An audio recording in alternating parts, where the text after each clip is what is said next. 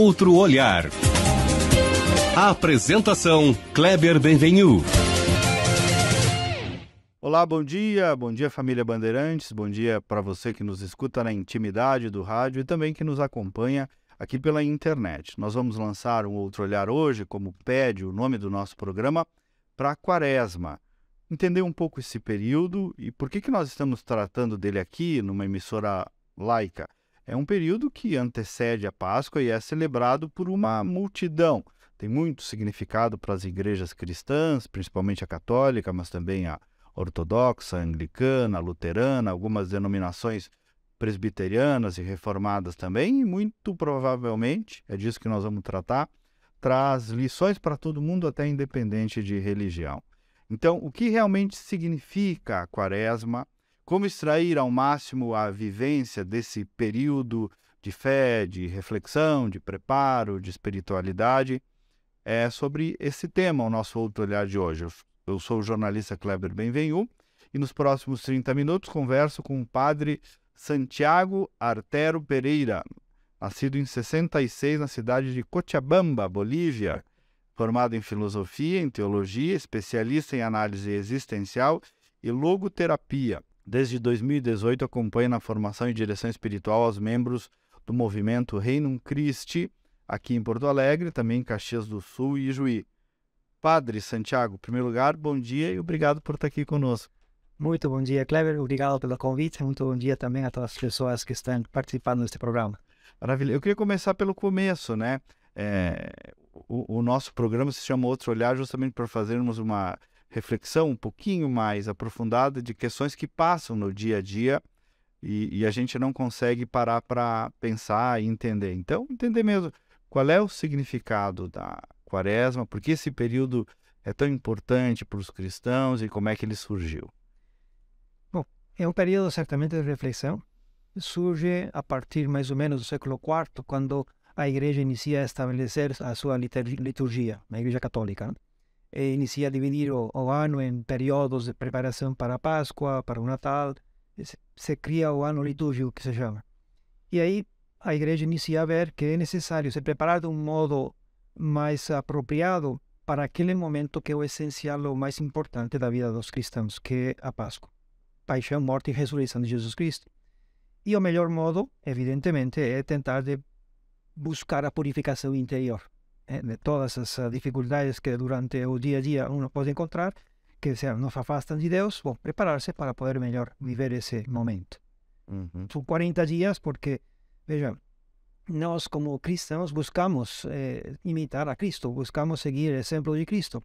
E Jesus, quando se prepara para uma missão importante, quando ele vai se preparar para uma decisão importante, ele se afasta, no caso específico, 40 dias no deserto, um período longo, 40 dias, não exatamente, um período longo do deserto, onde ele vai se preparar para a sua missão, que vai ser a pregação do reino de Deus, já a todo mundo.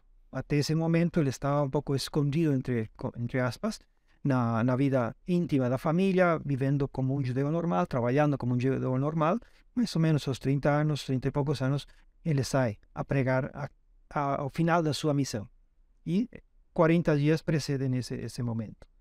Então tem toda essa dimensão do recolhimento, da reflexão, tem também a dimensão da penitência, um período de proibições. Nos explica como é essa experiência para o cristão. Sim, o essencial da Quaresma não é tanto buscar, não sei, fazer ou não fazer coisas. O essencial da Quaresma é essa preparação para o momento mais importante da nossa redenção, que é a Páscoa, ver a Cristo morrer e ressuscitar. Então, para isso, eu posso provavelmente precisar me desapegar de certas coisas, desde o celular até o chocolate, por dizer, a criança chocolate, os mais velhos o celular. Mas essas seriam as que você provavelmente chama de proibições. Nesses momentos, precisamos tentar de afastar-nos das coisas, entrar num deserto, um deserto que não é outra coisa, mas um ambiente apropriado para escutar. Escutar a esse Deus que nos fala, queira ou não, ele está continuamente nos falando, e nesse diálogo vai me mostrando elementos que eu preciso purificar em mim, elementos que eu preciso cultivar e crescer. Então, haverá coisas que eu vou decidir agora. Bom, já que estou me preparando para a Páscoa, eu vou tirar de mim este vício. Eu sou fumante e me faz mal o fumo, mas não tenho coragem. Vou aproveitar um pouco o embalo desta preparação para tirar esse vício. Mas não é para eu ser melhor, para eu ser mais saudável. É porque não quero correntes que me impeçam voar. Voar no sentido de buscar o encontro com aquele que nos redimiu, que é Cristo. E para isso a Páscoa. Nós estamos falando de exercícios, digamos, mundanos, humanos, mas para uma dimensão espiritual, para uma experiência espiritual, transcendental. É um pouco isso, né? Sim, porque a Quaresma, como que se compreende agora, sim, evidentemente é um evento religioso. E especificamente, como você mencionava no início, é católico. Depois, as diversas denominações a vivem de maior ou menor importância. Mas para o catolicismo sempre foi um elemento de preparação para um evento absolutamente sobrenatural, que evidentemente penetra o cotidiano. Que, Deus não é um Deus do além, que não. É não, Deus teórico. Exatamente. Não uma ideia, não uma ideologia, não uma teoria, não é uma tendência, não sei, religiosa, por dizer. É realmente Deus que penetra na nossa história, a encarnação. E desde esse momento, quando penetra a nossa história, nós, imitando a Cristo, buscamos elevar-nos no sentido estranho, não. Buscamos ser mais seres humanos como Deus nos criou, à imagem de Cristo. E precisamos, por isso, fazer exercícios, como quem vai na academia precisa fazer certos exercícios para certo tipo de trabalhos. Também os cristãos precisamos exercitar-nos em certas coisas que para nós normalmente não é tão fácil. Mas na Quaresma, como todo mundo, vamos dizer, está nesse embalo de vamos nos preparar para a Páscoa, é muito mais simples. Eu tenho um exemplo que eu gosto. Antigamente eu corria, agora já nesta cidade já não dá para correr muito, fazia atletismo. E quando você vai no treino, treinar sozinho para mim é o mais chato que existe. Mas treinar com o time, quando está toda, era na faculdade, a equipe da faculdade correndo, era super legal. Conversávamos, brincávamos, bobeávamos, mas o treino acontecia. Depois do treino estávamos prontos para as corridas. É um pouco assim a Quaresma. Estamos como treinando, todos juntos, todos católicos, todos cristãos, buscando preparar-se para a Páscoa. Então isso me anima, me motiva, me fortalece, me dá coragem, me estimula para agora sim vou buscar melhorar isto, agora sim eu vou buscar melhorar meu trato, minha relação com a esposa, com o esposo, com o filho, com a nora. Quem sabe essas relações que são mais profundas, não tanto o chocolate ou o café, mas sim mais profundas, que realmente atingem a minha existencial. E disso se trata. Porque se deixo que a Quaresma penetre nesses âmbitos da minha realidade, evidentemente eu vou crescer como pessoa. Deus vai ter um material muito mais dócil para poder me ajudar. Terreno mais fértil. O padre, eu quero fazer um recorte numa coisa que o senhor disse aí, né? Muitas pessoas se referem ou têm uma relação com Deus, e até na oração, como se fosse um ente abstrato, teórico, ou pueril até. Essa dimensão do Deus real, né? De quando eu sento para conversar com Ele, falta na experiência espiritual das pessoas hoje em dia, em alguma medida, né? Eu sento para falar com Deus, mas parece que eu estou falando com uma abstração, e não, né? Me parece aí é bom fazer dois pontos. O primeiro é, certamente Deus não pode ser uma abstração, porque se é Deus, é aquela origem de tudo. É alguém que criou, porque se somos pessoas, Deus tem que ser pessoa. Então não podemos pensar num abstrato. Então, Deus necessariamente, aceite ou não, queira ou não, existe e aquele que está realmente guiando a nossa história. Então, a existência de Deus, a realidade de Deus que penetra no nosso ser, está. Mas está o segundo elemento. Muitas vezes confundimos que a nossa relação com a pessoa divina, tem que ser como a relação com as pessoas humanas. O ser humano é um ser sensível, é um ser que tem necessidade do contato, tem necessidade da sensibilidade para poder aprender as coisas. Eu seria cego, ou seja, para enxergar preciso luz. Mas preciso enxergar para eu compreender que coisa está na minha frente. É igual com Deus? Não, porque a Deus eu não posso ver. A Deus não posso escutar. A Deus não posso cheirar. Evidentemente, Deus pode dar a graça de ter alguma experiência espiritual, interior ou exterior, de uma certa visão. Bom, em certo modo há uma percepção sensível e desse modo uno poderia dizer, bom, esteve com Deus. Mas esteve com Deus, estou sempre com Deus. Porque Deus está em todo lugar, não como um Senhor que caminha passeando perdido um pouco no jardim. Deus está em todas as realidades porque é Criador. Mas também se faz íntimo, ou mais íntimo da minha intimidade, dirá Santo Agostinho. E nessa intimidade é onde nós temos que entrar com a fé. E esse é o grande, não empecilho, desafio. Porque a fé não é sentir, a fé não é tocar, porque se tocasse não preciso que acreditar. Eu não acredito que o Kleber está aí.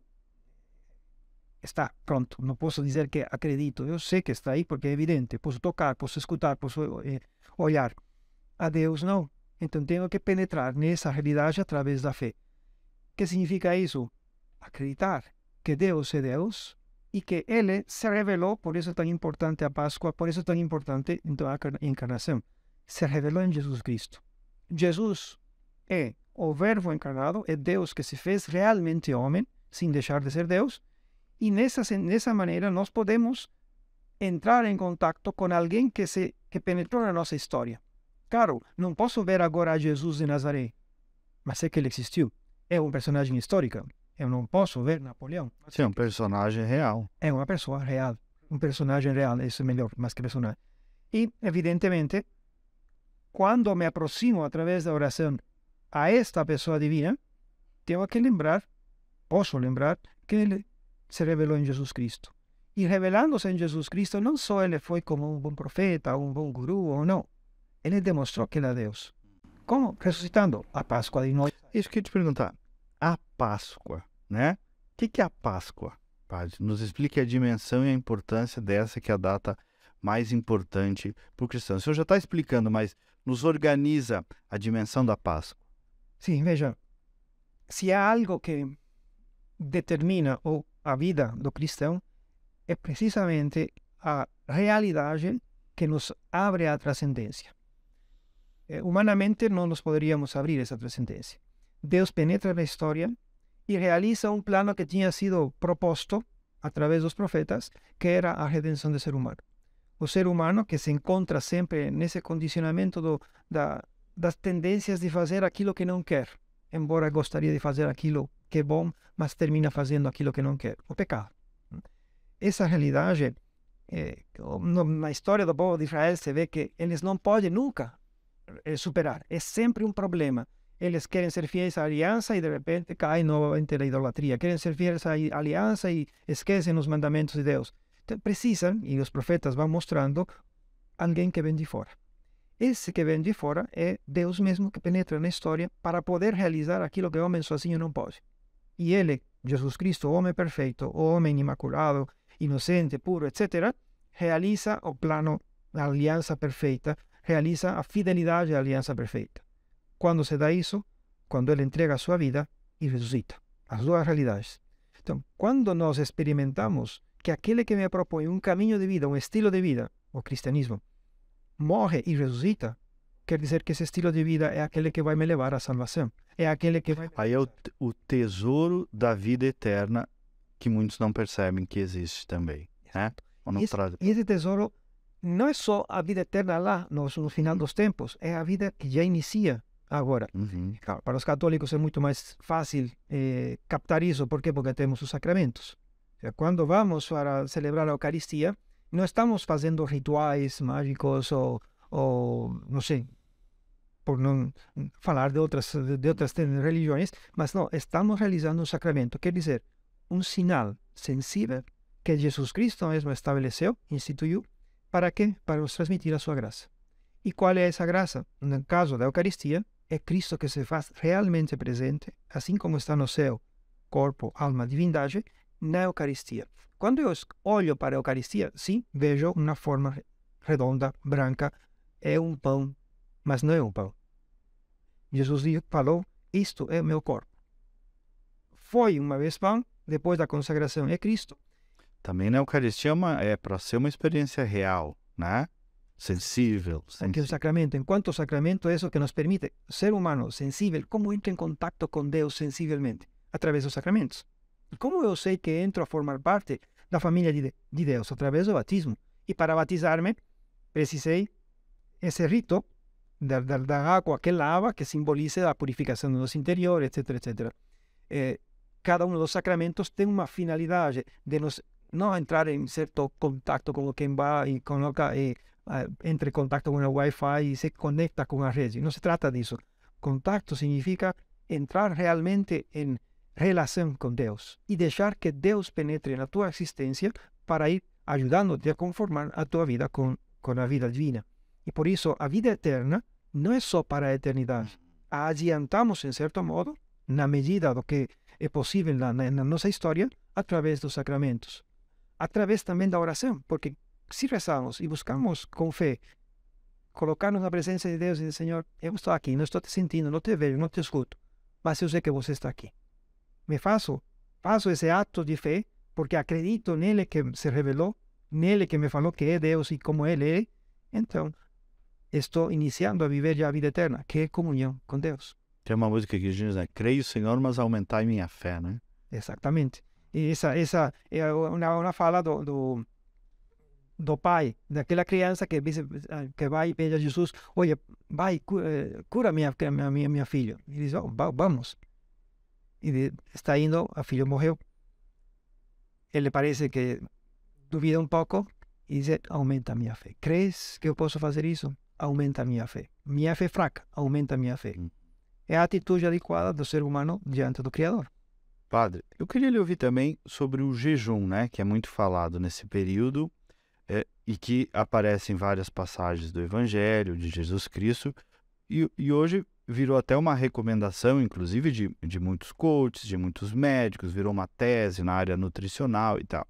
Mas eu queria entender também a dimensão espiritual das experiências de jejum, como é que a igreja enxerga isso a partir do Evangelho, enfim. O essencial, voltando ao essencial, não é tanto aquele jejum de alguma coisa, mas o sentido desse jejum. Porque eu posso passar fome à toa. Se eu vou passar fome, porque é tempo de fazer jejum totalmente de carne, não sei o quê. Ou só para emagrecer? Pelo menos tem um sentido. Vou ficar faminto durante um dia, a famosa jejum intermitente. Um dia com fome, um dia sem fome, um dia com fome, e depois terminou com um peso mais ou menos adequado. Pelo menos tem uma finalidade muito natural, muito imediata, até às vezes vaidosa, mas se é por saúde é também interessante, tem um sentido um pouco mais elevado. Se é só para sair bonito na foto, aí terminou. O meu jejum tem esse alcance. Se é para ter um momento de saúde, um momento de maior disponibilidade, bom, ele está um pouco mais elevado, pelo menos vou estar mais disponível para servir. Mas se esse jejum eu utilizo como um modo de educar a minha vontade, para poder buscar elementos mais profundos, por exemplo, vou jejuar de celular para ler um livro de espiritualidade, agora que estamos em Quaresma. Esse jejum é maravilhoso. Mas que sofrido. Um jejum de Instagram. Imagina como seria. Instagram estaria triste, mas... Não, às vezes é preciso. Precisa. Porque no lugar de estar 1 hora, 2 horas no Instagram, corta um pouco isso e dedica-te a fazer um esforço para penetrar, para aprofundar naquilo que é a finalidade da Quaresma, que é preparar-se para esse momento. Portanto, vou buscar alimentar a minha alma de outro alimento, não só de pão vive o homem, mas de toda a palavra que sai da boca de Deus. Muitas pessoas temos a dificuldade de ler a Bíblia. Digo, porque eu também. Graças a Deus, o sacerdote tem que ler todos os dias. Então, bom, eu salvo um pouco porque... Mas ler a Bíblia, quando eu vou ler a Bíblia? Quando tenho tempo? Bom, dedica esse tempo. E no lugar de botar 2 horas de Instagram ou redes sociais, para não dar só com Instagram, Facebook e tudo isso, veja, por que não dedica meia hora para ler? Ler de verdade, ou a Sagrada Escritura diretamente, um comentário que presta sobre a Sagrada Escritura, ou um livro de espiritualidade, para poder crescer como ser humano. Esse seria o jejum autêntico não tanto tirar coisas, agora é proibido, não sei. Como é que o jejum aparece no Evangelho, mais de uma vez? Em que circunstância? No Evangelho, evidentemente, não é só no Evangelho, é cultura judaica, e é uma cultura, o ser humano, enquanto religioso, sempre teve essa atitude, não? De se privar de coisas para mostrar a Deus que está aberto àquilo que espera dele. É uma espécie de oferta, desde de abertura, né? Exatamente, um modo de se abrir. É também um recolhimento, por isso que tem a ver com quaresma, né? De algum modo. Sim, Jesus passou no deserto e não comeu. E finalmente teve fome e o demônio, as tentações do demônio, etc.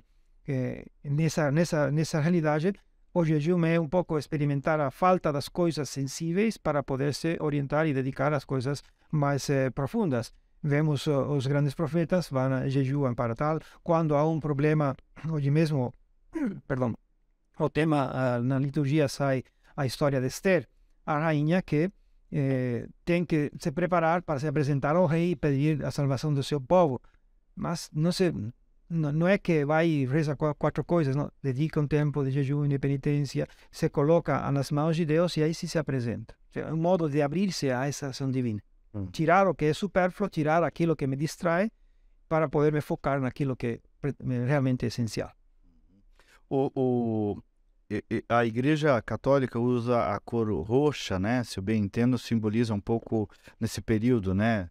Dor, penitência. Qual é o sentido de sublinhar esse exercício, digamos, ou essa experiência até da dor e da penitência ou do sofrimento? Como é que se encaixa isso nessa dimensão? A liturgia católica é muito expressiva nos seus símbolos. E precisamente neste período se utiliza o roxo como a cor litúrgica porque nos lembra que estamos num período de particular exercício de preparação, de desprendimento, de lembrar, iniciamos a quaresma com as cinzas, lembrar a nossa origem. Nós somos criaturas de Deus, somos pó e a pó voltará, somos criaturas de Deus que, portanto, precisamos buscar o encontro, a relação, o encontro com Deus. Mas para isso, precisamos nos desprender. E o roxo, de outras realidades, nos lembra esse morrer a nós mesmos para poder viver a vida verdadeira. Afastar aquilo que nos afasta de Deus para que Deus possa realizar em nós a sua obra. Então, quando uno vai à missa e encontra o sacerdote, encontra entre aspas, não? É o sacerdote de roxo. O que está dizendo? Me está lembrando esta realidade. Olha, estamos num período especial no qual, como a time de atletismo está correndo todo mundo estamos querendo correr para estar prontos para esse momento de encontro com Cristo ressuscitado. Morto e ressuscitado. Tem um sermão de um bispo norte-americano, Robert Barron, não sei se é assim que se fala o nome dele, né? E aí eu vi que ele questiona até a interpretação que alguns fazem do livro de Gênesis, né? Focado muito na proibição e não em toda a permissão para usufruir o que o mundo, o universo nos proporciona para viver plenamente como cristão, é claro, dentro de um limite, né? É um pouco a respeito dessa vida mais plena em comunidade, em respeito aos outros e as leis divinas. Ele tem uma outra leitura também, né? Dessa experiência. Sim, veja, no século IV, quando inicia todo o período, o tema da quaresma, já antes as realidades que os cristãos percebiam como algo que afastava de Deus o pecado, era algo que precisava ser corrigido muito fortemente. De fato, antigamente as penitências eram muito fortes.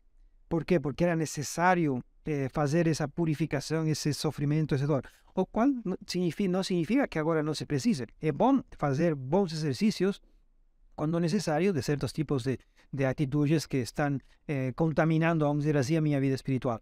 Mas se olhamos só para a cruz e não olhamos a Cristo que está na cruz, então a nossa vida não é um inferno, mas é totalmente oscura, porque a cruz sem Cristo não tem sentido. A cruz, o sofrimento, a dor, ganha seu sentido precisamente porque Cristo está aí. Então, de fato... Que é um sinal de vitória, na verdade. É um sinal de vitória. Porque, sinal de vitória é uma pessoa morta? Sim. Porque através da morte, ele vai demonstrar que ele é Deus ressuscitando. E ressuscitando ele, também nós, como diz São Paulo, ressuscitamos na fé. Estamos salvos na fé. O senhor sabe que eu coleciono cruz em miniatura, depois eu vou mostrar para o senhor. É muito de colecionar cruz. Eu digo, sim, sinal de vitória, né? Tem uma interpretação Por isso, os limitada. católicos temos o crucifixo, não sei, evidentemente, nos primeiros E de vencer a morte, né, pá? vencer a morte. E quem venceu a morte? Como venceu a morte? Para mim, esse é o elemento que, de alguma maneira, salta agora à vista. Se eu contemplo o crucificado e fico só olhando o que é a paixão, quer dizer, só a cruz, e esqueço daquele que está aí, então não compreendo a dor daquele que está aí. Mas se eu penetro primeiro em Cristo, vejo que ele está aí, então a cruz tem todo sentido. E a minha cruz, as minhas dificuldades, os meus esforços, as minhas renúncias, tudo isso tem muito sentido. Porque agora sim, vendo ele, eu posso seguir. Já sei para onde vai. Isto vai para a ressurreição. Preciso morrer no cotidiano, nas coisas, e também, finalmente, para poder ressuscitar. De outro modo, não vou poder ter vida plena. Vou ser sempre escravo. Padre, foi muito bom. Eu queria deixar também um espaço de um minutinho aí, que a gente está quase no finalzinho, para uma mensagem final para quem nos escuta pela Band, uma mensagem de Páscoa aí, de preparação, que o senhor queira deixar para os nossos ouvintes. Bom, veja, eu gostaria de insistir nessa imagem da maratona. Estava pensando na São Silvestre. Na São Silvestre você vai e vê grandes atletas que estão profissionais e vão na frente. Depois tem os atletas que são um pouco mais treinados, mas estão só no treino. Depois tem e finalmente tem aqueles que caminham. Podemos pensar, não porque os católicos somos grandes atletas, mas bom, o que especificamente está feito, a São Silvestre está feito para esses primeiro.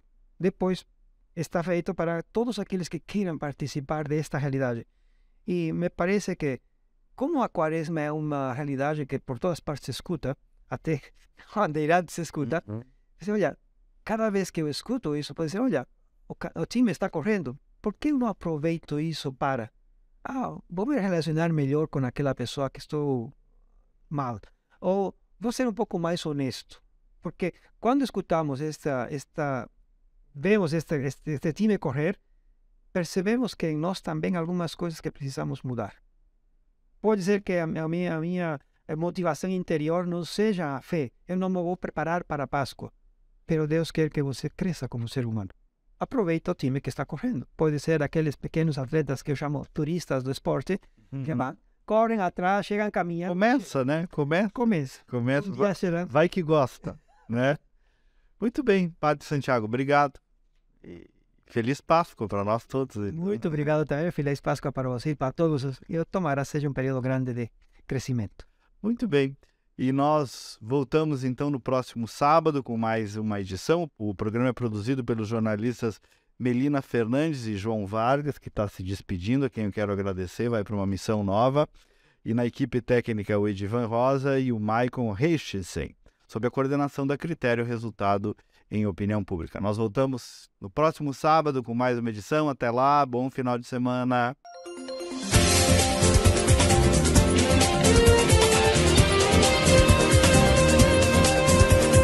Outro olhar. Apresentação: Kleber Benvenu.